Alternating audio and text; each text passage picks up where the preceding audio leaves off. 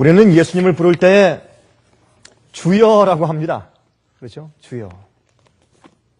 주님이시여 라고 우리가 기도합니다. 그런데 예수님을 주님이라고 우리가 부를 때 그 의미가 무엇인지 잘 모르고 부르는 그리스도인들이 참 많이 있습니다. 우리가 예수님을 주여, 주님이시여 라고 부를 때 그것이 무엇을 의미합니까? 그것은 우리의 주인이시다. 그런 말입니다. 다시 말해서 나를 마음대로 부리실 수가 있는 주인이시다. 그런 뜻입니다. 나는 그분의 것이요. 나는 그분께서 치르신 값으로 삼바된 종이다. 헬라말로 종이란 말은 둘로스죠. 노예란 말입니다. 노예.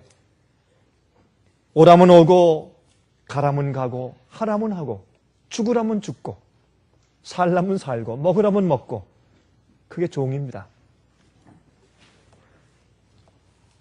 나는 그분께서 값으로 사신 종이기 때문에 그분의 명령대로만 살아야 하는 존재다. 그런 뜻입니다. 우리가 예수님을 주라고 부를 때 우리가 한번 생각을 좀 하면서 불러야 될 것입니다. 그냥 부르는 것이 아닙니다. 우리가 주님을 구세주로 받아들일 때에 동시에 우리는 주님을 주인으로 받는 것입니다. 우리의 왕으로 영접하는 것입니다. 죄의 종에서 의의 종으로, 육체의 종에서 순종의 종으로 바뀌어지는 것입니다. 주인이 바뀌는 것입니다. 내 마음과 몸과 내 모든 생애를 위에서 바치는 주인이, 책임자가 바뀌는 것입니다. 여러분, 이 문제에 대한 예수님의 한 가지 비유가 있습니다. 오늘 우리가 그것을 좀 같이 연구하려고 합니다. 여러분 다 같이 우리 누가복음 19장에 있는 말씀을 좀 펴보시기 바랍니다. 누가복음 19장입니다. 다 같이 누가복음 19장을 펴서 12절부터 27절까지에 있는 말씀을 같이 좀 읽어보았으면 좋겠습니다. 누가복음 19장 12절부터 27절까지 있는 말씀입니다. 이렇게 말씀되어 있습니다. 귀인이 왕위를 받아 가지고 돌아와서 12절부터 읽읍시다. 제가 15절부터 읽었네요. 가라사대 어떤 귀인이 왕위를 받아 가지고 오려고 먼 나라로 갈 때에 그 종 열을 불러 은 10문화를 주며 이르되 내가 돌아오기까지 장사하라 하니라. 그런데 그 백성이 저를 미워하여 사자를 뒤로 보내어 가로되 우리는 이 사람이 우리의 왕됨을 원치 아니하노이다 하였더라. 귀인이 왕위를 받아가지고 돌아와서 은준 종들의 각각 어떻게 장사한 것을 알고자 하여 저희를 부르니. 여러분 보시면 여기 보시면 종들이 나오고 또 그 나라의 시민들, 백성들이 나옵니다. 영어에는 citizens를 했어요. 시민들. 그런데 심판할 때 누구부터 심판합니까? 종들부터 심판합니다. 주인이 무엇을 맡긴, 신뢰한, 먼저 빛을 받고 진리를 받은 믿는 자들, 하나님의 집에서 먼저 심판이 시작되는 것을 우리가 볼 수가 있습니다. 성경 말씀 그대로입니다. 16절 그 첫째가 나와 가로되 주여 주의 한 문화로 10문화를 남겼나이다. 주인이 이르되 잘하였도다. 착한 종이요 내가 지극히 작은 것에 충성하였으니 10고을 권세를 차지하라 하고 그 둘째가 와서 가로되 주여 주의 한 문화로 5문화를 만들었나이다. 주인이 그에게도 이르되 너도 5고을을 차지하라 하고 또 한 사람이 와서 가로되 주여 보소서 주의 한 문화가 여기 있나이다. 내가 수건으로 쌓아두었었나이다. 이는 당신이 무슨 사람인 것을요? 엄한 사람인 것을 내가 무서워함이라. 영어로 austere man, 또 다른 번역으로 severe man, hard man. 당신은 참 엄하고 좀 극심하고 지나치고 완악한 그런 주인인 것을 내가 알기 때문에 당신은 두지 않은 것을 취하고 심지 않은 것을 거둡니다. 그러니까 이 주인에 대한 이 개념이 참 정말 잘못되었죠. 주인은 맡기지 않은 곳에서 달라고 하는 분이고 심지 않은 곳에서 추수하려고 하는 분입니다. 그러므로 내가 무서워서 이것을 꽁꽁 잘 쌓아두었습니다. 여기에 주인께서 주신 그 한 문화가 그대로 있습니다. 이렇게 말을 했습니다. 22절 주인이 이르되 악한 종아 내가 내 말로 너를 판단하노니 너는 내가 두지 않은 것을 취하고 심지 않은 것을 거두는 엄한 사람인 줄을 알았느냐? 그러면 어찌하여 내 은을 은행에 두지 아니하였느냐? 그리하였으면 내가 와서 그 비올리까지 찾았으리라 하고. 여러분, 이 주인이 말이죠. 만약 맡기지 않은 것에서 무엇을 달라고 한다면 그러면 어떻게 해요? 자기가 맡은 한 은 문화도 없어야죠. 이 말 그 자체에 지금 모순이 있는 것을 우리가 발견하게 됩니다. 그러면 어째 내 은을 은행에 두지 아니하였느냐? 그리하였으면 내가 와서 그 비올리까지 찾았으리라 하고 그 곁에 서는 자들에게 이르되 그 한 문화를 빼앗아 10문화 있는 자에게 주라 하니 저희가 그러되 주여 저에게 이미 10문화가 있나이다. 주인이 가로되 내가 너에게 말하노니 무릇 있는 자는 받겠고 없는 자는 그 있는 것도 빼앗기리라. 그리고 나의 왕됨을 원치 아니하던 저 원수들을 이리로 끌어다가 내 앞에서 죽이라 하였느니라 그랬습니다.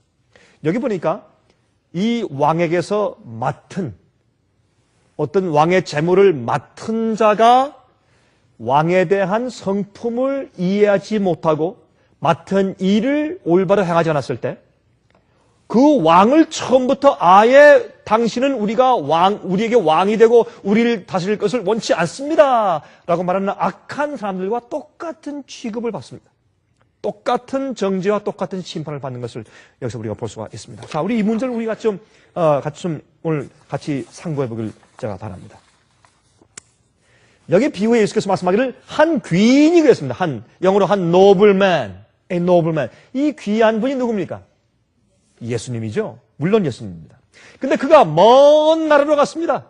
그 먼 나라로 갔다는 것이 어딜 말하는 것입니까? 하늘을 말합니다. 예수님께서 부활하시고 승천해서 하늘로 먼 나라로 가셨습니다. 근데 가신 이유가 무엇입니까? 왕권을 받기 위해서, 왕이 되시기 위해서. 아니, 예수님께서 이미 우주의 왕이 아니십니까? 창조주가 아니십니까? 그런데 왕이 되기 위해서 백성이 필요하고 그 백성들의 추대가 필요합니다. 물론 주님께서 이 세상을 창조하시고 이 세상을 주관하시는 분이시나 그러나 이 땅을 의의 왕국으로 새 하늘과 새 땅으로 다시 재창조하시기 위해서는 백성들이 필요해요. 어떻게? 정말 주님께서 그들에게 왕 되기를 원하는 사람들이 필요합니다. 그러면 그 주의 백성들을 헤아리고 심판하시고 준비하는 그 일이 주님께서 왕권을 받으시는 일이에요. 백성을 준비하셔야 왕이 되시죠. 그러면 사실 하늘에서 심판하신다고 하는 것은 뭐냐면 주의 백성들 될 자가 누구인지를 확인하고 조사하시는 것입니다. 그것이 주님께서 왕권을 받으시는 역사인 것을 우리가 알게 되는 것입니다. 그러면 이 왕권을 받아가지고 올 때 어디의 왕권입니까? 하늘의 왕권입니까? 땅의 왕권입니까? 땅의 왕권입니다. 이 지구상의 왕권을 받으러 이제 예수님께서 하늘에 가신 것이라고 이게 말씀을 하고 있습니다. 이 세상을 다스리는 권세를 받으러 가셨습니다. 마귀가 지금 세상을 다스리고 있기 때문에 주님께서 인간들의 각 개인들의 마음에 역사하셔서 마귀에게서부터 그들의 왕권을 빼앗아 하나님을 섬기는 자로 주님께서 만들려고 하시는 것입니다. 그래서 예수님을 왕으로 받들 백성들이 결정되어야 왕권이 생깁니다. 여러분 잘 아시죠? 다니엘서 7장 13절과 14절에 다음과 같이 말씀되어 있습니다. 내가 또 밤 이상 중에 보았는데 인자 같은 이가 하늘 구름을 타고 와서 옛적부터 항상 계신 자에게 나와 그 앞에 인도되매 이것은 우리가 알다시피 예수께서 이 땅에 재림하시는 광경이 아닙니다. 저도 처음엔 제가 젊을 땐 이것을 예수께서 이 땅에 다시 오시는 광경으로 제가 오해했어요. 왜? 구름 타고 오시고 또 천천만만 천사가 있다고 했으니까 예수님의 재림인 줄 알았습니다. 그게 아니라 어디로 인도됩니까? 옛적부터 항상 계신 자니까 하나님의 아버지 앞에 인도함을 받습니다. 하늘의 지성소로 들어가시는 것입니다. 그때 어떻게 해요? 거기에서 그에게 그 앞에 인도됨에 그에게 권세와 영광과 나라를 주고 무슨 나라? 이 마귀에게 빼앗겼던 이 지구를 다시 회복해서 다스릴 수 있는 왕권을 예수님께 다시 돌려주는 것입니다. 모든 백성과 나라들과 각 방언하는 자로 그를 섬기게 하였으니 그 권세는 영원한 권세라 옮기지 아니할 것이요 그 나라는 패하지 아니할 것이니라 하겠습니다. 예수님께서 이 땅의 권세와 영광을 다시 획득하시는 왕권을 받으시는 그 광경을 여기서 우리가 읽게 되는 것입니다. 여러분 여기에 어떤 때는 이 말씀들이 옛날 고대 언어와 그 당시 풍습으로 써 있기 때문에 우리가 현대말로 번역을 안 하면 좀 이해가 좀 안 됩니다. 여기에 은 한 문화씩 주었다. 10종에게 은을 한 문화씩 주었어요. 근데 이 문화가 뭡니까? 문화를 어떤 또 발음으로 이 미나라고도 발음을 합니다만 문화입니다. 문화. 근데 이 문화인데 한국말 번역이 잘 됐어요. 원래 헬라말로 발음이 문화입니다. 문화. 근데 어떤 영어 번역에는 미나라고 번역된 것도 있고 또 킹 제임스 버전은 파운드라고 번역되는 파운드. 1파운드씩 10파운드를 가지고 1파운드씩 줬다. 이제 그렇게 말씀을 하셨는데 이 은 한 문화는 이것은 약 은 12온스예요. 은 12온스인데 약 한 360g, 360g 정도면 우리 아마 주부들께서는 아마 좀 짐작이 가시겠죠. 360g 정도 하면 말이죠. 근데 이것은 그 당시에 말이죠. 한 장정, 젊은 남자가 100일 동안 일해서 받는 봉급입니다. 이 한 문화는. 그래서 현재 시가로 따진다면 약 한 15,000불 정도가 됩니다. 약 한 15,000불 정도. 뭐 적은 돈은 아니죠. 15,000불씩 나눠주면서 이것을 가지고 장사를 해라. 그렇게 이제 부탁하고 이 주인이 간 것입니다.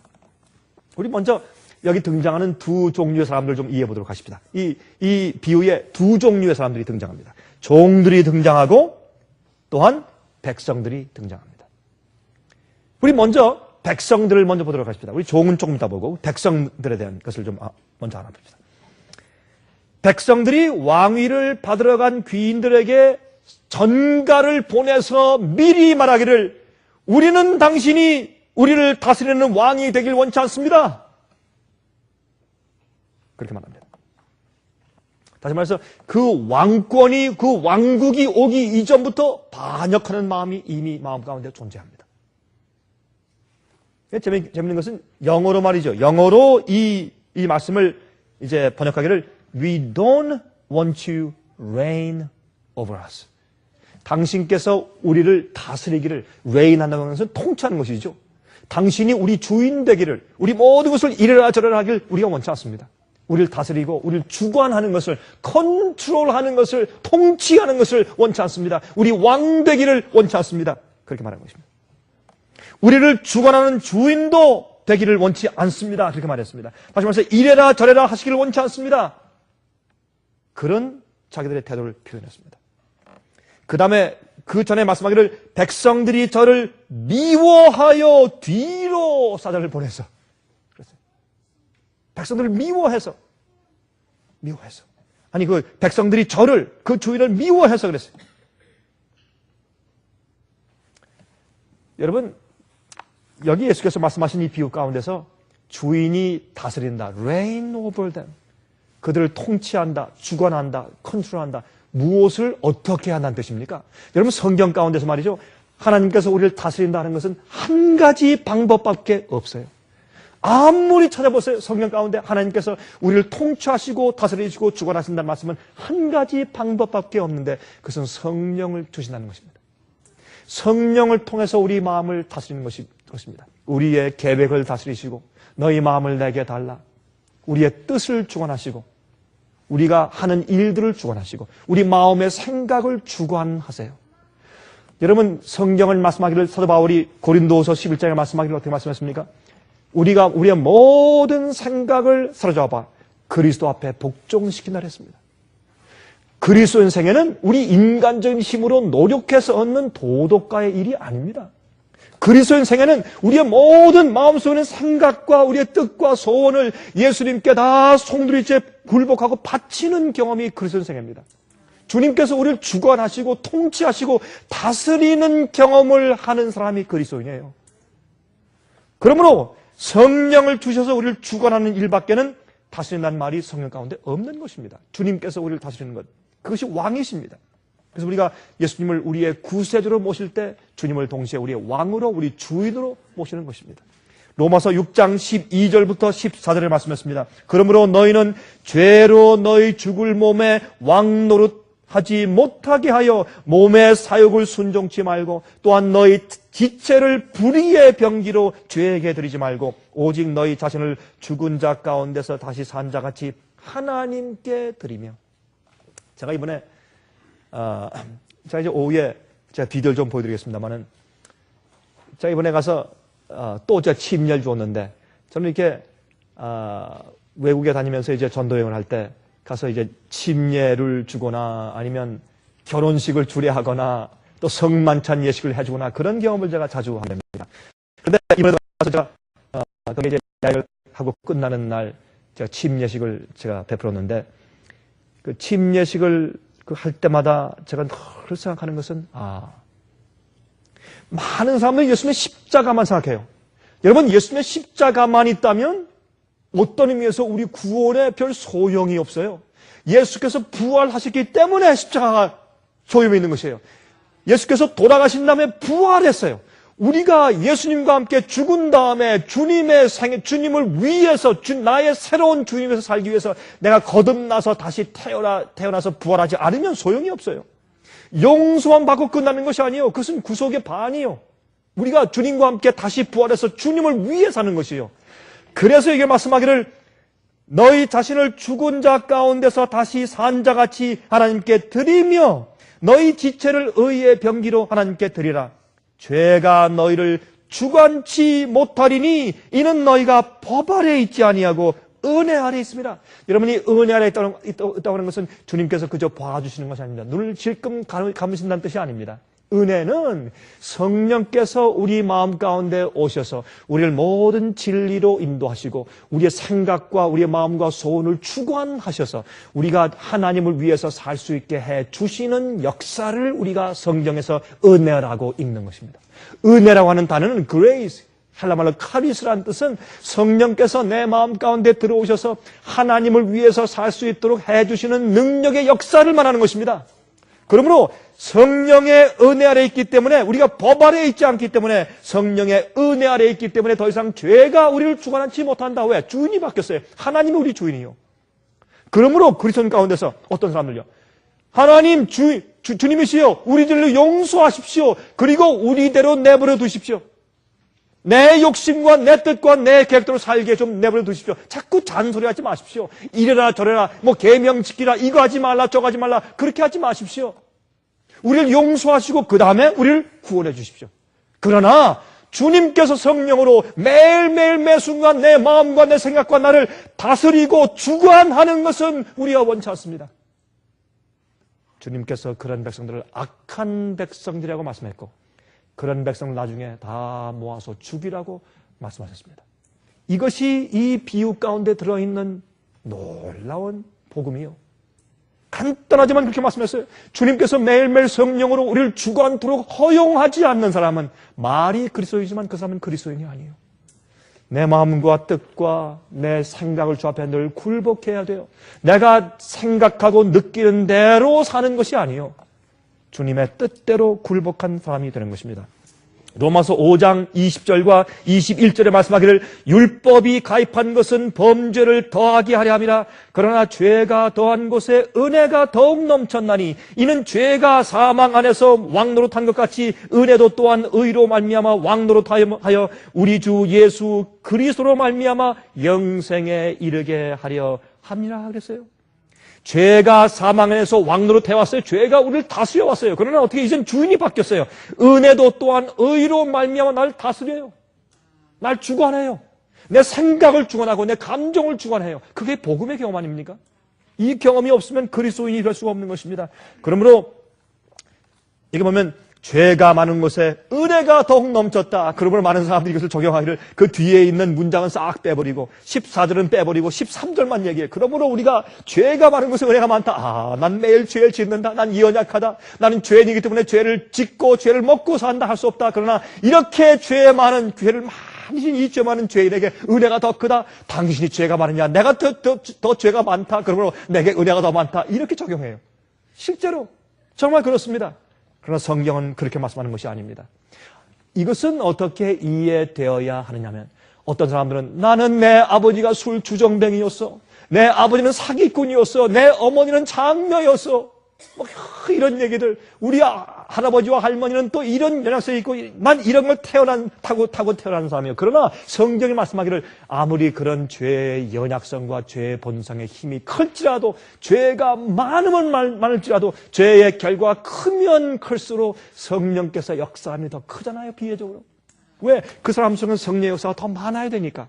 이게 그런 뜻이에요. 그러므로 우리도 그런 모든 죄의 기질들과 모든 것들을 이길 수 있다. 그걸 말하는 것입니다. 그래야 우리 올바로 이해하는 것이죠. 또 요한복음 1장 33절에 말씀하기를 나도 그를 알지 못하였으나 나를 보내어 물로 침례를 주라 하신 그이가 나에게 말씀하시되 성령이 내려서 누구 위에든지 머무는 것을 보거든 그가 곧 성령으로 침례를 주는 이인 줄 알라 하셨기에.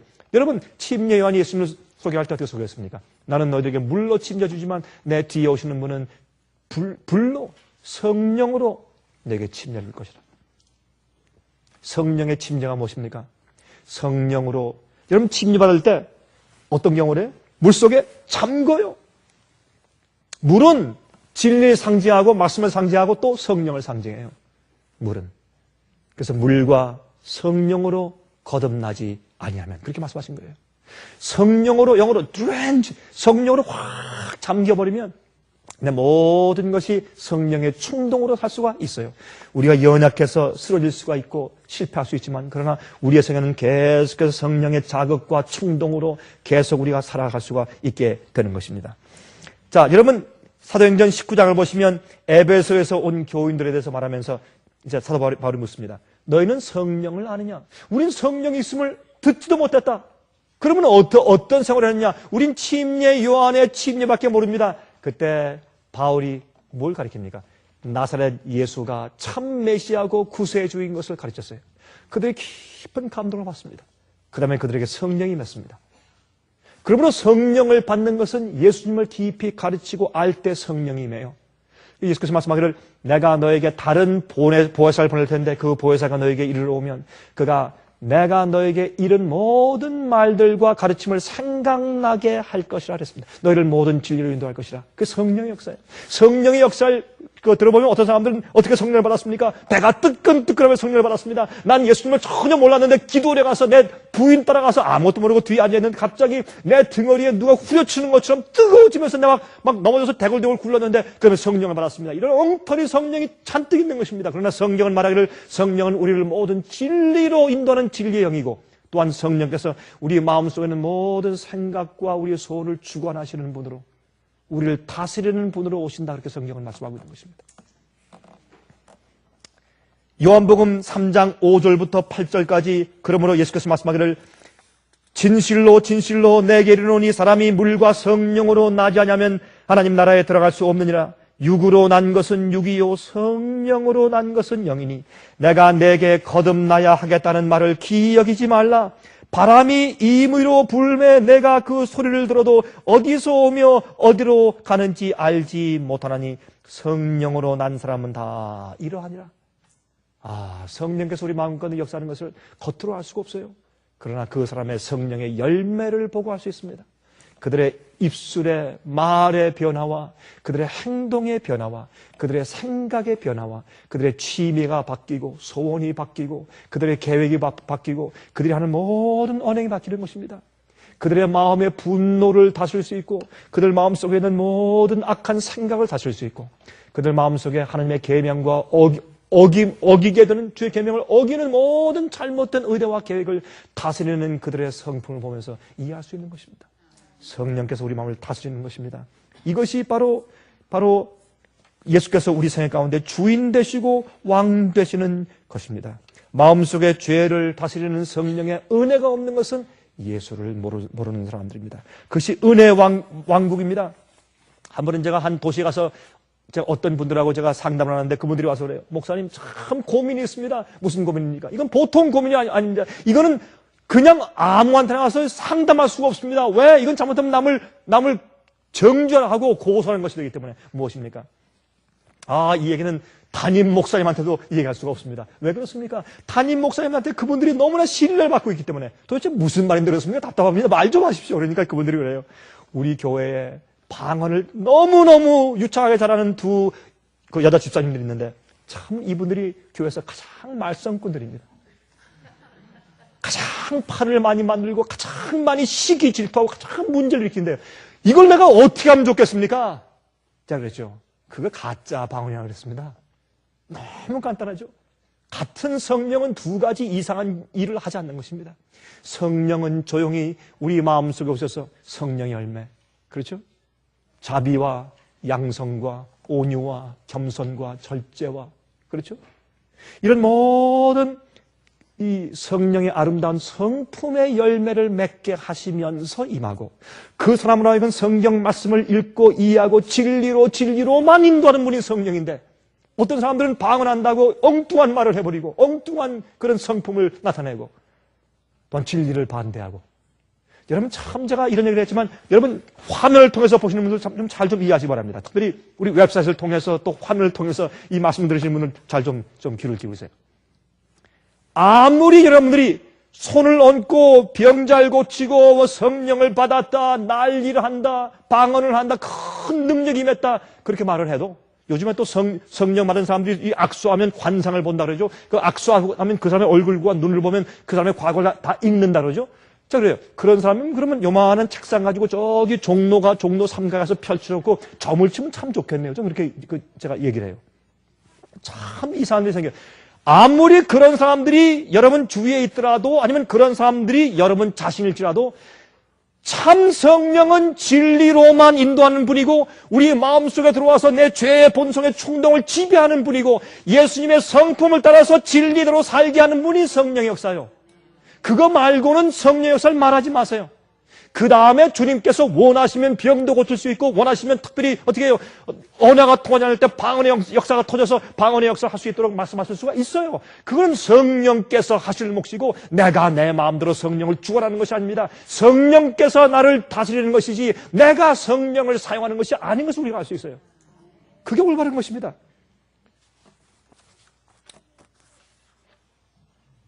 많은 그리스도인들은 그래서 그저 한갓 도덕가에 불과해요. 그저 열심히 노력해서 예수님을 몰라도 세상에 있는 삶 가운데 착하고 좋은 사람들 많이 있어요. 어떤 사람들은 시골에 가면 그래. 저 사람은요, 목사님 저 법이 없어서 살아요. 그런 사람들 있지 않습니까?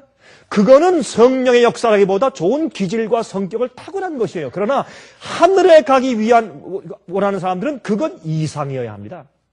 그 정도 타고난 좋은 성품 가지고 하늘 가지 못해요. 아무리 그런 착한 사람이랄지라도 자기 마음 가운데는 자존심 건드려 보세요. 화산이 폭발해요. 예? 자기를 다스리고 죄의 유혹을 다스리는 길은 성령을 받고 성령께서 우리 마음속에서 다스리는 길밖에는 없다고 성경은 말하고 있어요. 그게 성령을 받는 것이고 그것이 예수님을 우리의 왕으로 주인으로 영접하는 것입니다. 우리가 주여 주인님 주님이시여 할 때 그것을 의미하는 것입니다. 내 생애를 주관해 주십시오. 내 마음을 드립니다. 아버지, 내 속에 들어오셔서 성령을 주셔서 나를 주장해 주십시오. 그게 주님 하고 기도하는 것입니다. 자기의 힘으로 아니면 그저 타고난 좋은 기질로 도덕적으로 잘 살아나가면 되는 것처럼 생각하지만 그것이 아닙니다. 어떤 사람들은 예수님 없이도 그렇게 살 사람들이 있어요. 어느 정도는. 그래서 오늘날 교회에서 말이죠. 들려오는 설교들의 대부분은 이 세상 문제들에서 헤어나오는 방법들을 가르치고 가정 문제들을 도와주는 것을 가르치고 도덕적이고 윤리적인 것을 가르치고 경제적인 문제들을 다루는 정도의 윤리적인 문제만 다루고 있어요. 세상에서 어떻게 하면 번영하고 잘 될 수 있는지에 대한 가르침을 가르치고 있어요. 제가 한 분 좀 부잣집에 갔어요. 좋은 그 집이 있습니다. 제가 기도할 때 그 집에 대해서 그 사람이 비즈니스가 잘 됐고 좋은 집을 가지고 있기 때문에 감사하다는 말을 제가 기도 가운데 한마디 제가 안 하거든요. 그랬더니 그분이 저한테 기도가 끝난다면 저한테 그래요. 목사님 참 목자십니다. 저한테 그래요. 제가 자랑하기 위해서 말씀드리는 거 아닙니다. 그분이 저한테 그래요. 목사님은 참 목자입니다. 참 그 말 할 때 그 사람 그 마음을 보고 감동을 받았어요. 그래요. 참 다른 목사님들은 우리 집에 오면 참 이거 보라고 참 이게 하나님의 축복의 이게 표상이 아니고 뭐냐고 교인들한테 자랑하고 이렇게 된다고 하고 주님께서 복 주심을 감사합니다. 이 집에 복을 더하시고 아니 복을 더하시면 어떻게 되라고요? 그런 뭐 나중에 3층 4층 집을 지으라고요? 예? 그러면서 잔뜩 그런 축복 기도를 한대요. 저는 한마디 그런 말 안 하거든요. 전 가서 오히려 그런 말 하죠. 난 이런 집 하나도 부럽지 않습니다. 난 집 구경하러 온 것이 아닙니다. 난 당신의 영혼을 위해서 왔습니다.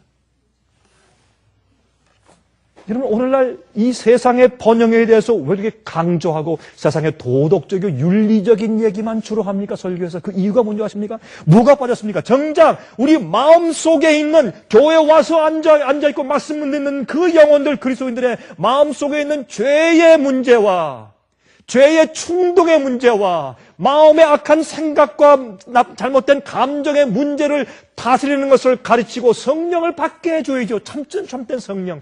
그래서 그들이 참으로 의로운 그리스도인 생애를 살게 해주는 말씀이 빠져 있는 것입니다. 왜 그렇습니까? 그것은 정작 참된 거듭남의 경험이 없어서 그렇습니다. 잘못된 것입니다. 특별히 화면을 통해서 보는 분들 제 말 잘 들으시기 바랍니다. 이것은 진리입니다. 얼마나 많은 교회 가르침 가운데서 정작 복음이 가야 할 마음의 문제를 다스리지 않고 언급하지 않고 얼마나 외형적인 인간의 문제와 도덕적인 문제를 설교하느냐 말입니다. 예수님은 우리를 죄에서 구원하시기 위해서 오신 분입니다. 나의 죄와 죄의 기질과 타고난 성격과 내 모든 죄의 습관에서 우리를 구원해서 의롭게 살도록 하기 위해서 성령을 주기 위해서 성령의 침례를 주기 위해서 오신 분이 예수님이십니다. 그래서 우리는 예수님을 부를 때 주님, 주여라고 그렇게 부르는 것입니다.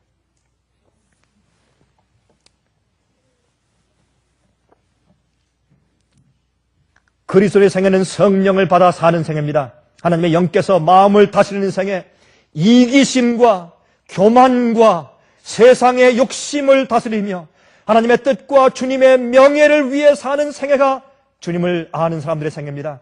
그래서 예수님께서 왕으로 그 사람의 마음을 다스리고 있느냐가 이슈예요. 여러분들, 주님께서 오늘 여러분 마음을 다스리고 있습니까? 그래서 주님께서 여러분의 왕이십니까? 바로 이것을 이 비유 가운데 예수께서 지금 설명하고 계신 것입니다. 제가 한 번은 말이죠. 한 번이 아니죠. 지난주죠. 제가 남미를 여행하면서 한 젊은 청년이 저한테 와서 이제 나이가 한 17살이나 18세 정도 되었을 거예요. 그 젊은 청년이 와서 저한테 목사님하고 꼭 좀 대화를 좀 해야 됩니다. 그 청년이 영어를 잘해요. 그래서 놀랐어요. 너 어떻게 영어를 잘하느냐? 그랬더니 자기가 어릴 때부터 아버지가 영어를 가르쳤대요. 그래서 영어를 참 잘해요. 그래서 저하고 꽤 대화를 자유롭게 잘할 수 있었는데 저한테 와서 참 우는데 정말 그런 걸 가지고 우리가 한국말로 이 닭똥 같은 눈물 흘린다 그렇게 말하잖아요. 정말 어떻게 이렇게 그 젊은 애 눈에서 정말 이게 굵은 눈물방울이 주룩주룩 흐르는지 참 정말 감동적이었어요. 근데 너무나 진실해 그 청년 아이가 말이죠. 이렇게 말해요. 목사님, Would you talk to my father? 근데 아버지한테 좀 말씀 해달래요. 그래서 what? 그랬더니 하는 얘기가 목사님, 우리 아버지는요 교회에서요 믿음으로 말미암는 의에 대해서 너무나 잘 알고 너무나 잘 가르치고 강조하는 분이에요. 그리고 믿음으로 말미암는 의에 대한 책을 번역해서 많이 냈습니다. 스페니시 말로 많이 번역해 냈습니다. 그런데 그리고 또 울어요. 한참 울먹거려요. 그러더니 하는 얘기가 그런데 내 아버지는 집에서는 그리스도인이 아닙니다. 저희 아버지가 집에서 너무나 쉽게 화를 내고 너무나 신경질 잘 부리고 너무나 화를 내서 우리를 때리고 집에서는 우리 아버지가 믿음으로 말미암는 의를 모릅니다. 또 엄마를 들볶는데 좀 우리 집에 빚이 좀 있습니다. 자꾸 엄마를 친척이 스페인에 있으니까 자꾸 스페인에 가서 돈을 벌어와서 빚을 갚으라고 자꾸 독촉을 합니다. 가면 우리 자녀들은 어떻게 하란 말입니까? 제발 목사님 이번 기회에 우리 아버지한테 얘기 좀 해주십시오. 막 울어요 이 아이가. 여러분 성령께서 우리를 지배하는 사람들이 되어야 합니다. 그것이 주님께서 우리 왕인 겁니다. 여기에 이 비유에서 백성들은 그 뒤로 전가를 보내서 주인은 우리에게 왕이 되어서 우리를 다스릴 것을 원치 않습니다. 우리가 당신을 미워합니다. 이 세상에서 잘못된 복음을 믿거나 아니면 자기의 생애와 마음과 자기 생각과 감정을 조합해 굴복하지 못하는 것으로 자기에게 올라오는 충동과 자기 뜻대로 살아가는 그리스도인들은 주님께서 자기의 생애 가운데 왕 되기를 원치 않는 사람들이요, 악한 종들이요. 자, 두 번째로 또 종들이 나오죠. 종들. 여러분, 종들은 뭡니까? 종들은 그 당시에 이 종이란 단어는 둘로스, 노예예요, 노예. 주인이 값을 주고 샀어요. 그러므로 자기는 자기 게 아니에요. 값으로 삼바된 사람들이에요. 주인을 위해서 일하는 사람들이에요. 주인을 왕으로 받들고 있는 사람들이에요. 그 사람들에게 한 문화씩 주인들이 나눠줬습니다. 주인이 그들에게 한 문화씩 나눠줬습니다. 그것으로 장사하도록 지시를 받은 사람들입니다.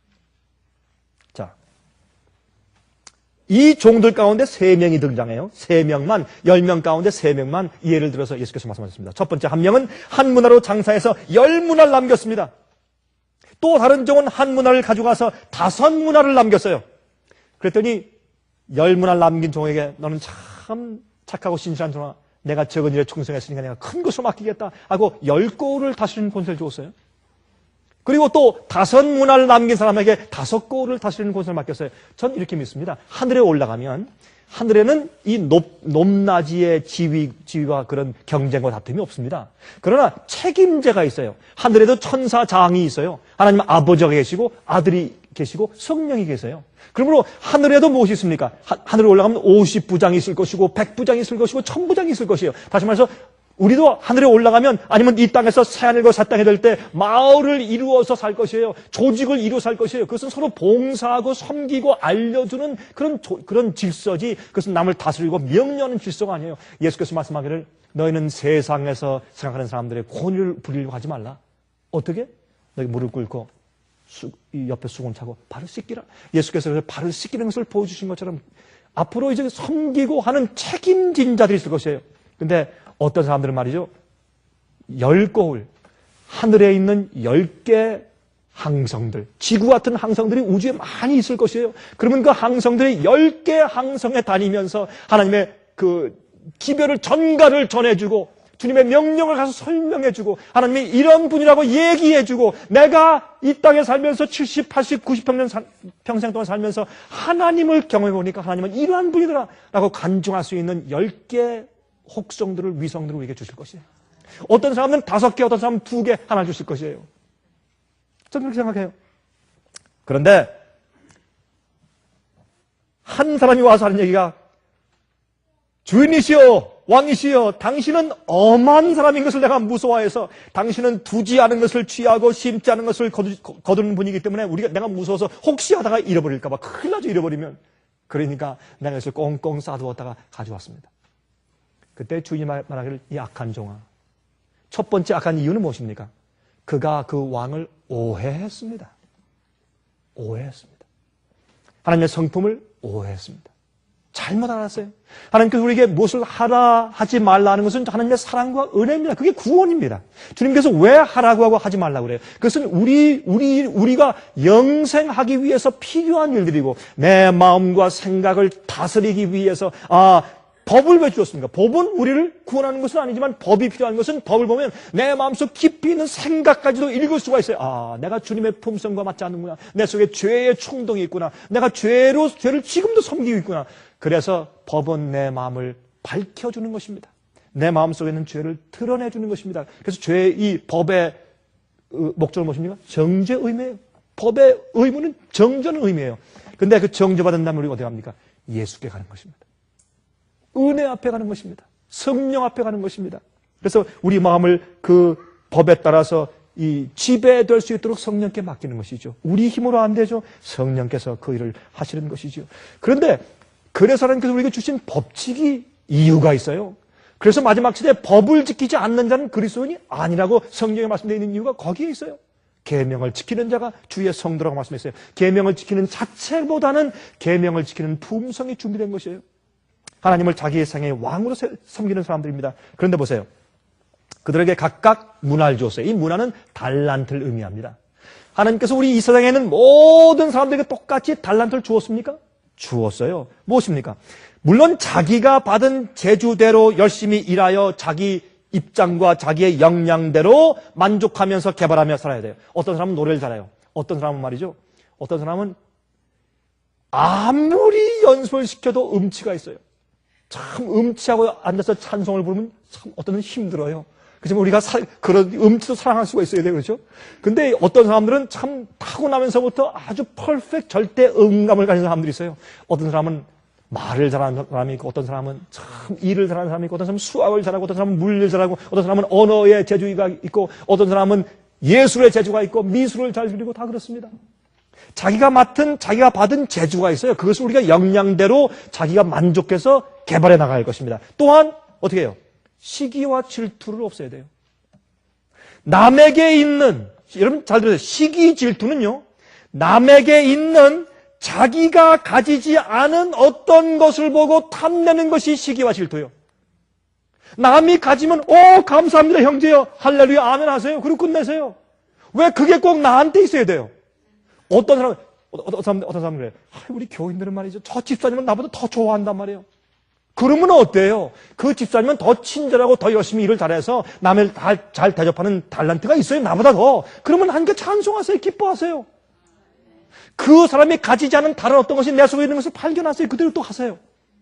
주님께서 우리 골고루 문화를 주셨어요. 달란트를 주셨어요.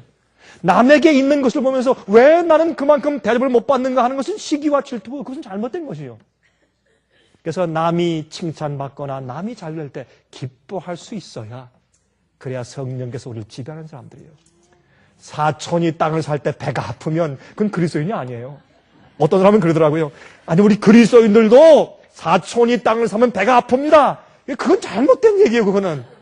그러면 그리스도인이 아니죠. 뭐 때문에 예수를 믿어요? 그러면 무엇을 다스린단 말이에요? 그런 마음씨를 성령께서 다스려서 예수의 마음을 갖게 하는 것이죠. 예수님 어떻게 해요? 저 사촌이 땅을 사면요, 참 고맙다, 감사하다, 참 좋지, 좋은 거 설명 좀 해줘, 이럴 수 있어야 돼요. 마음으로, 정말로. 우리 충동적으로, 예수의 은혜로.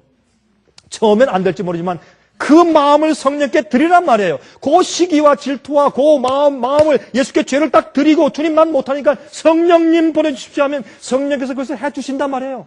그것이 그리스도인 삶이고, 그것이 예수님께서 우리를 다스리도록 예수님을 왕으로, 주인으로 받는 것을 의미하는 것이에요. 그건 얼마든지 가능하고 그렇게 하라고 주님께서 명령하시는 것입니다. 그런데 이렇게 우리가 서로 각가지 다른 재주를 받지만 또 모든 사람들이 똑같이 공평하게 가지고 있는 문화들이 있는데, 그것은 무엇입니까? 우리가 받은 생명, 시간, 우리의 지력, IQ를 말하는 게 아니에요. 적어도 우리가 생각할 수 있잖아요.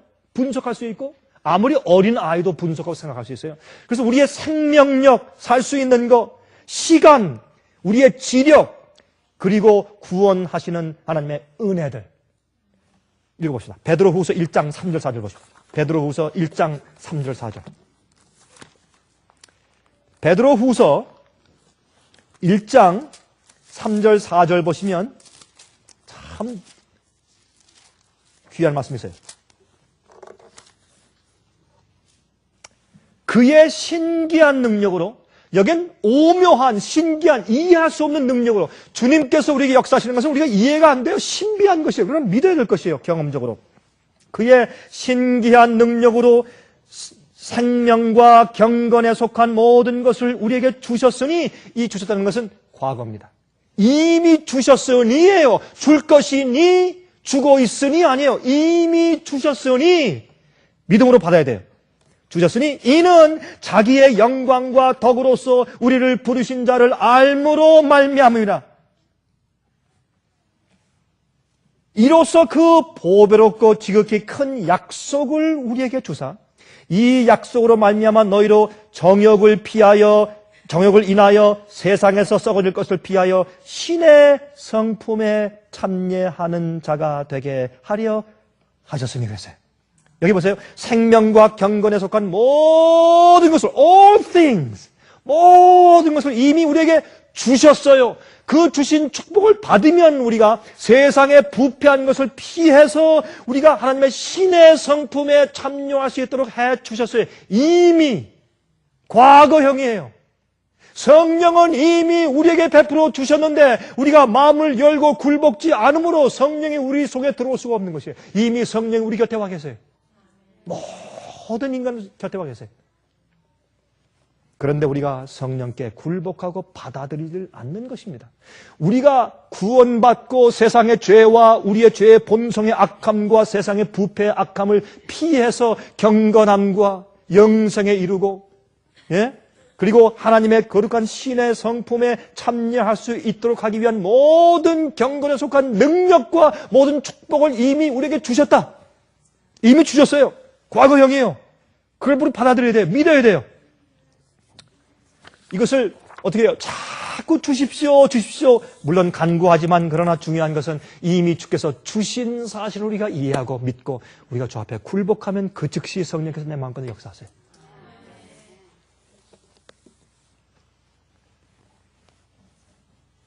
그래서 말이죠.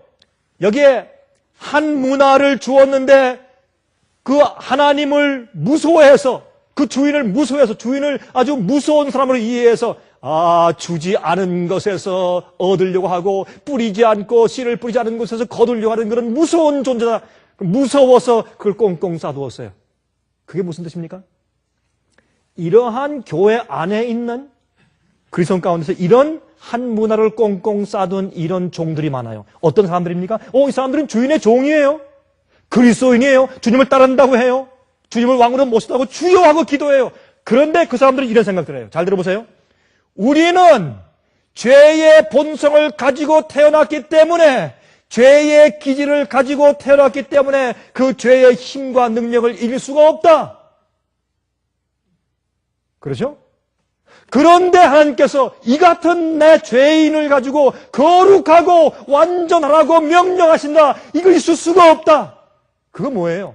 나한테 주시지 않은 것을 찾아가려고 애를 쓰시고 뿌리지 않은 것을 거두려고 하신다. 그거 아니에요? 바로 그걸 지금 말씀하고 있는 것이에요. 너희의 문제는 내가 너희를 다스리는 왕 되게 안 하기 때문에 안 되는 것이야. 너희가 너희 자신의 왕이 아니냐?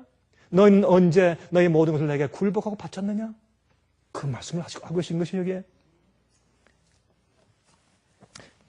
사람들은 그저 인간적인 도덕과 정도의 생활을 살아가며 필요한 때면 하나님의 계명을 범하고 할 수 없을 때는 죄도 범해가면서 적당하게 살아가요. 열심히 살려고 하다가 어떻게 해요? 비즈니스 때문에 요건 주님께서 눈 감아주시겠지. 이래야 내가 100만 불 버니까. 그러면서 살아가요. 그래도 주님께서 이해하시겠지. 그러면서 예수를 믿으니 구원은 이미 따놓은 것이라고 생각합니다. 그러나 성경은 말합니다. 왕이 주관하기를 싫어하는 자들은 주님께서 오실 때 멸망하신다고. 성령의 은혜로 하나님의 지배하신 대로 살 수 있게 하는 모든 생명과 경건에 속한 모든 것들을 이미 다 주셨다고 성경은 말해요. 믿음으로 그것을 받아들이고 사용해야 합니다. 성령의 역사와 도움은 항상 우리 곁에 있기 때문에 그렇습니다. 제가 볼 때 이 비유만 봐도 너무 분명해요. 많은 사람들은 하나님께서 우리에게 주시지 않은 것을 원한대요. 어떻게 우리가 의롭게 살 수 있어? 어떻게 우리의 죄를 승리할 수 있고 어떻게 계명을 다 지킬 수 있어? 그건 불가능한 것이야. 주님께서 믿음으로 은혜로 다 구원하는 것이지. 성경은 그렇게 말씀하고 있지 않습니다. 이는 당신이 엄한 사람인 것을 내가 무서워합니다. 당신은 두지 않은 것을 취하고 심지 않은 것을 거두나이다. 얼마나 많은 그리스도인들이 그렇게 믿고 지금 살아가고 있는지 모릅니다. 그러나 예수께서 오실 때 우리에게 맡기신 것을 우리가 받은 생각과 우리의 몸과 생명과 시간과 우리의 지력과 이런 모든 것을 주님께서 내가 너에게 준 그것을 성령께 맡겨서 어떻게 장사했니? 얼마나 남겼니? 너희가 타고날 때 어린애 기질 말고 너희가 하나님 닮은 신의 성품에 참여한 아름다운 성품을 얼마나 키웠느냐? 얼마나 장사했느냐? 주님께서 물으실 것입니다. 이것은 분명한 성령의 가르침입니다. 얼마나 많은 사람들이 이것을 오해하고 있는지 모르겠습니다. 그래서 성경은 사도행전 5장 32절과 요한복음 14장 15절 23절에 말씀하기를 성령은 믿고 순종하는 자들에게 주신다고 말씀했어요. 근데 예수 믿지 않는 사람도 어떤 기도를 갔다가 뜨끈뜨끈하면 성령을 받았대요. 이게 무슨 노릇인지 모르겠어요. 그래서 참 성령의 역사를 오해토록 하기 위해서 마귀가 가짜 성령을 오늘날 이 마지막 현대교회에 잔뜩 뿌려놓았어요. 잡철 뿌려놨어요. 여러분들이 지금 특별히 화면을 통해서 보는 분들은 주의하시기 바랍니다. 참 성령과 거짓 성령을 분별할 수 있는 분별의 영령을 여러분들 받으셔야 합니다. 하나님의 뜻과 말씀과 계명을 순종해 나가는 것은 나를 복종시키는 길이고 내게 있는 죄와 우상과 욕심들을 잘라내 버리는 일입니다. 나를 범죄케 하면 그 눈을 뽑아버리고 나를 범죄케 하면 그 손을 잘라버리는 그런 간절한 아주 철저한 그런 결심. 그런 결심이었기 때문에 그저 어영무영 그저 그렇게 그런 마치 구렁이 담 넘어가듯이 슬슬 살고 있는 것입니다. 간절한 결정이 없어요. 자기의 결정적인 그런 선택이 없어요. 그러므로 많은 사람들은 천국 문 앞에서 서성거리다가 멸망당하는 것입니다. 자, 끝으로 이제 한 얘기만 하고 마치겠습니다. 자, 이제 가끔 이렇게 제가 신례 예화를 제가 드리는 이유는 이렇게 하면 이제 오늘 듣고 이해할 말씀들이 우리 머리에 오래 남을까봐 제가 그렇게 하는 것입니다. 한 번은 인도에서 한 여자 선교사가 길을 가고 있는데 도둑이 뛰어오더니 핸드백을 탁 채가지고 도망갔습니다. 그러니까 아마 이 여자 선교사가 단거리 선수였던 모양이죠. 쫓아가지고 도둑을 딱 붙잡았습니다. 근데 이 여자의 키가 5피트밖에 안 되는 작은 여자인데 뛰어가서 도둑을 딱 붙잡았습니다. 아주 담찬 여자였던 모양이에요. 그리고 도둑을 때려 눕혔어요. 5피트 된 여자가 도둑을 때려 눕혔어요. 때려 눕힌 다음에 신고 있던 하이힐 슛을 탁 벗어가지고 그걸로 막 때리면서 말이죠. 감히 내가 내 가방을 훔쳐가 그러면서 이 도둑이 말이죠. 한번 살려주십시오. 말이죠. 한번 봐주십시오. 하고 막 이제 졸랐어요. 그러니까 좋습니다. 내가 당신을 한번 봐주겠어요. 그런데 이 책을 꼭 읽겠어 안 읽겠어? 하고 전도 책자를 주었대요. 참 전도는 방법도 가지가지예요. 그래서 도둑을 뚫어놓은 다음에 때리면서 당신이 이 책을 읽으면 내가 봐주고 안 그러면 내가 경찰에 신고합니다. 네, 읽겠습니다. 제발 경찰에 신고하지 마십시오. 내가 그 책을 읽겠습니다. 그래서 이제 그 핸드백을 도로 받고 그 책을 준 다음에 읽겠다는 확약을 받은 다음에 집으로 보냈습니다. 그러니까 이 도둑이 겁이 났어요. 내가 이 책을 안 읽으면은 내가 이제 경찰에 신고될 텐데. 그래서 무서운 마음으로 이 도둑이 그 책을 읽기 시작했습니다. 책을 읽는데 얼마나 처음에는 정말 싫어서 할 수 없이 읽었는데 무서워서 읽었는데 한 페이지 두 페이지 읽어 나가면서 예수님을 알게 되었어요. 십자가를 알게 되었어요. 감동이 들어오기 시작했어요. 너무나 감사했어요. 정말 회개가 무엇인 줄 알고 이런 분이 하나님인가? 이분이 예수인가? 내가 왜 진작 몰랐는가? 이런 분이 날 위해서 이렇게 이 땅에 오셔서 사셨는가? 한 번은 이제 이 선교사가 집에 있는데 누가 노크를 했습니다. 문을 열었습니다. 그 도둑이 왔어요. 아니 당신 이번에 무엇을 도둑질하려고 왔습니까? 그러니까 아닙니다. 이번엔 선교사님의 또 다른 책을 좀 훔치러 왔습니다. 또 다른 책이 없습니까? 또 다른 책을 주었습니다. 그다음에 또 왔습니다. 다른 책이 없습니까? 또 왔습니다. 또 그것을 주었습니다. 나중에 이 도둑이 놀라운 그리스도인으로 변화가 되었다는 것입니다. 그래서 그 여자와 정말 협력하는 훌륭한 선교사가 되었다 그래요. 이건 실제 했던 얘기입니다. 여러분, 우리가 하나님을 모를 때 우리가 두려워서 계명을 지킬지 모르지만 참 우리가 하나님을 알게 되면 주님 하나님은 주지 않은 데서 찾는 분이고 심지 않은 데서 요구하는 분입니다. 그거 말고 하나님께서 왜 계명을 지키라고 말씀하시는가? 왜 이것은 하지 말고 저것은 하고 너희 몸은 성령의 전이니 너희가 무엇을 하든지 먹고 마시든지 다 하나님의 영광을 위해서라. 왜 그런 말씀을 왜 하셨는가? 그래서 깊이 연구하고 하나님을 알게 되면 우린 주님의 뜻대로 살게 되고 성령께서 내 마음속에 들어와서 내 마음을 지배하시게 되는 것입니다. 종들은 주인이 주신 달란트를 사용하여 아름다운 성품을 만들어내야 합니다. 하나님을 사랑하며 이웃을 사랑하는 사람으로 발전되어야 하며 하나님의 명령과 뜻을 이 세상 어느 것보다 더 존중하고 따라가는 종이 되어야 하는데 그것은 그 주인의 영광을 위해 사는 종이 된다고 성경은 말하는 것입니다. 정말 예수님을 주인이라고 부를 때 정말 그것이 무슨 뜻인지 알고 주님이라고 부르는 우리 그리스도인 되시기를 간절하게 바랍니다. 하늘에 계신 우리 주인 되신 예수 그리스도 우리 하나님, 우리가 말로만이 아니라 정말로 주의 성령께서 우리 마음속에 오셔서 저희를 다스리시고 주관하실 것을 원합니다. 그리고 저희를 죄에서 영원히 속하시고 저희를 건져내실 것을 간절히 기도합니다. 하늘이신 아버지시여, 우리 모두가 참으로 신실한 종들처럼 우리에게 맡기신 모든 달란트를 잘 개발하여서 이미 주어진 모든 영생을 위한 경건에 속한 모든 축복들을 우리가 받아들여서 주님의 거룩한 성품을 닮아 신의 성품에 참여하는 그런 개발이 가능케 해 주시옵소서. 주여 믿사오니 저희와 함께 계시고 저희의 모든 타고난 성질들을 지배해 주시며 예수님의 아름다움이 우리 생애 가운데 매일 깃들게 해 주시옵소서. 살아계신 예수 그리스도의 거룩하신 이름을 의지하여서 간절하게 기도합니다. 아멘. 은혜 많이 받으셨습니까?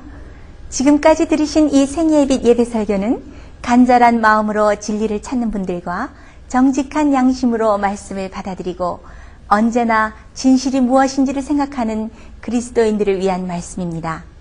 주변 가족들이나 친지들 중에 말씀을 사모하고 순결한 신앙을 갖기 소원하는 분들이 계시면 생예빛 예배 설교 테이프를 소개해 주시기 바랍니다. 매주 원하시는 분들의 가정으로 직접 배달되는 생예빛 예배 설교는 개인의 신앙 부흥이나 소규모 그룹 예배를 위하여 비디오와 오디오 테이프, DVD, CD로 제작되었습니다. 생예빛 예배 설교 테이프를 원하시는 분들은 1-877-704-1004번으로 전화하여 주시기 바랍니다. 생예빛은 각종 미디어, 즉 출판물, 텔레비전, 비디오, 오디오 카세트 테이프, DVD, CD, 그리고 웹사이트를 통하여 복음을 전하는 미디어 선교 기관입니다. 생예빛에서 이루어지는 선교 사업을 크게 5가지로 나누어 소개하면 다음과 같습니다. 첫째로 생예빛은 가정과 건강과 참된 신앙을 소개하는 월간지 살아남는 이들을 매달 발간하고 있습니다. 가정과 건강 문제뿐만 아니라 참된 신앙과 성경에 나타나 있는 중요한 진리들에 대하여 매달 깊이 있게 다루는 최고의 신앙지입니다. 둘째로 생애의 빛은 미국의 주요 도시에서 텔레비전 선교 방송을 하고 있습니다. 많은 분들은 생애의 빛 선교 방송을 통하여 복음을 발견하고 새로운 생애를 살아가고 있습니다. 셋째로 생애의 빛에서는 우편 통신을 통하여 평신도들의 성경 연구를 도와드리는 성경통신학교를 운영하고 있습니다. 성경에 나타나 있는 중요한 문제들에 대하여 체계 있게 공부하기를 원하시는 분들은 성경 연구 단기 코스와 계시록을 통한 성경 교리 연구, 또한 요한계시록 연구 과목을 신청하시기 바랍니다. 교재 및 모든 비용이 무료인 생애의 빛 성경 연구 과정을 통하여 복음과 예언 문제를 가장 쉽고 체계 있게 공부하시기 바랍니다. 넷째로 생애의 빛은 예언 연구를 위하여 특별하게 제작된 비디오 시리즈를 나누어 드리고 있습니다. 성경 구약과 신약의 대표적 예언서인 다니엘서와 요한계시록을 처음부터 마지막까지 자세하게 해설해 드리는 예언 연구 비디오 시리즈를 통하여 많은 분들이 성경과 미래에 대한 새로운 시야를 가지고 살아가게 되었습니다. 마지막 시대의 복음과 비밀이 담겨져 있는 다니엘과 요한계시록 비디오 시리즈를 신청하셔서 새로운 영적 부흥을 체험하시기 바랍니다. 다섯째로 생애의 빛은 강병국 목사님의 예배 설교가 담겨져 있는 비디오와 오디오 테이프, DVD나 CD를 원하는 모든 그리스도인들에게 나누어 드리고 있습니다. 매주 생애의 빛 예배 설교 테이프를 받기 원하시는 분들은 생애의 빛으로 연락하여 신청하여 주시기 바랍니다. 끝으로 생애의 빛 선교 사업에 대해서 좀 더 자세하게 알기 원하시는 분들은 웹사이트 www.sostv.net를 방문하시기 바랍니다. 생애의 빛 웹사이트에는 지금까지 나온 모든 월간지와 비디오 테이프과 텔레비전 방송물들을 누구나 무료로 보실 수 있도록 준비되어 있습니다. 지금까지 소개해드린 생애의 빛 선교 교재들 중에서 원하시는 책자나 테이프 있으시면 무료 전화 1877-704-1004번으로 신청하여 주시기 바랍니다. 미국 동부 시간으로 월요일부터 금요일까지 9시에서 5시 사이에 전화해 주시기 바랍니다. 그럼 다음 시간까지 안녕히 계십시오.